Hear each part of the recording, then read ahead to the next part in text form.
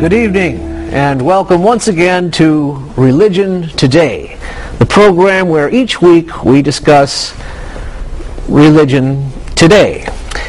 I suppose it really should be called Religion This Week, but it's not. Tonight on our program, we're going to, it really should be called Religion Tonight, but it's not. Tonight on our program, we're going to be taking on one of the biggies, that nagging question: how could a loving God allow evil? We've invited a panel of experts to discuss with us tonight. Let me introduce our panel. First, we have Dr. Thaddeus Gorganis, a professor of theology at the University of Northern Southern. Stanford Nutting, former seminarian who now teaches religion at Alliance Community College. Then Reverend Dr. Wilhelmina Fritz, director of the Women's Institute at Digressa Theological Seminary. And finally, Professor Kaufmann Walterhosen, chairman of the philosophy department at ETI. Let's begin with Dr. Thaddeus Gorganis. Dr. Gorganis, how could a loving God allow evil? Well, I think it's very clear. God is not loving. That's why he allows evil. That's it? That's your answer? Yes. Okay, well, so where exactly does that leave us? I don't understand. No, you don't. You see, if God is not loving, as in your scenario, wouldn't it at least be a good idea to make peace with God, since he's the sort of God that allows evil? That is one theory, but it has made a lot of people very unhappy. Well, you've made me unhappy, considering what we paid you to come on the program. Let's move along. Next we have Dr. Stanford Nutting, you're not a doctor. I'm an adjunct. Stan, how could a loving God allow evil? Well, first of all, I'd like to say that I really don't think we should be in the business of making dogmatic statements about God, or about anything else for that matter. Religion's not about that. It's not narrow and about defining things and being distinct. It's indistinct and blurry, you see?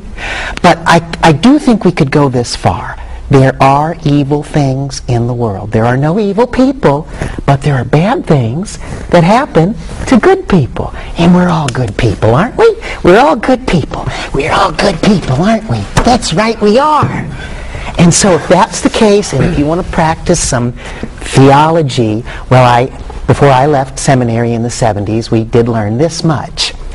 If God allows bad things to happen to us, well, then he must be just a little weak. But that's okay. It's okay that God's weak. So, we've got ourselves a weak God. Stan, can we worship a weak God? Wouldn't it be better just to worship evil because evil's stronger?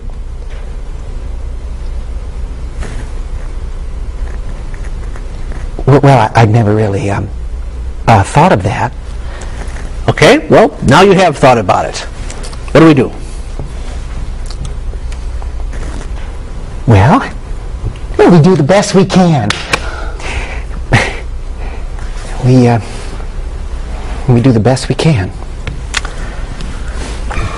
That's great. That's great. Our next panelist is Dr. Wilhelmina Fritz, director of the Women's Institute at Digressa Theological Seminary. Dr. Fritz, how could a loving God allow evil?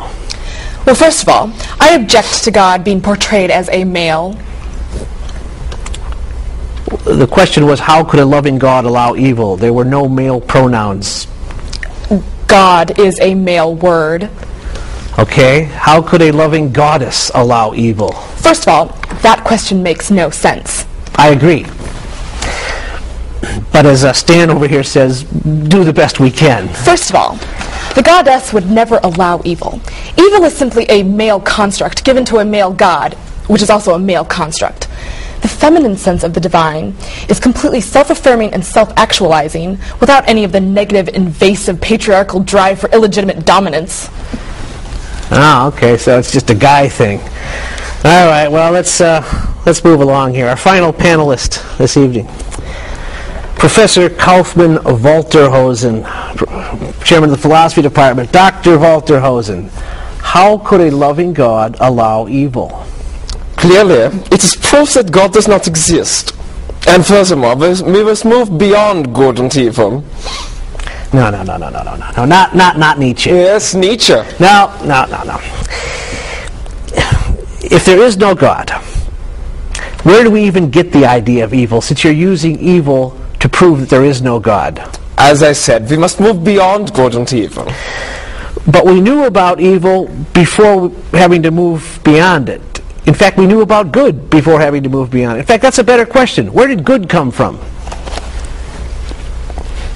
We must move beyond good and evil. And why is it that good is so good? We must move beyond good and evil. You know, I think you're missing the whole point of existence. In fact, I think you all are. And you know what else I think? I think you all need to read G.K. Chesterton.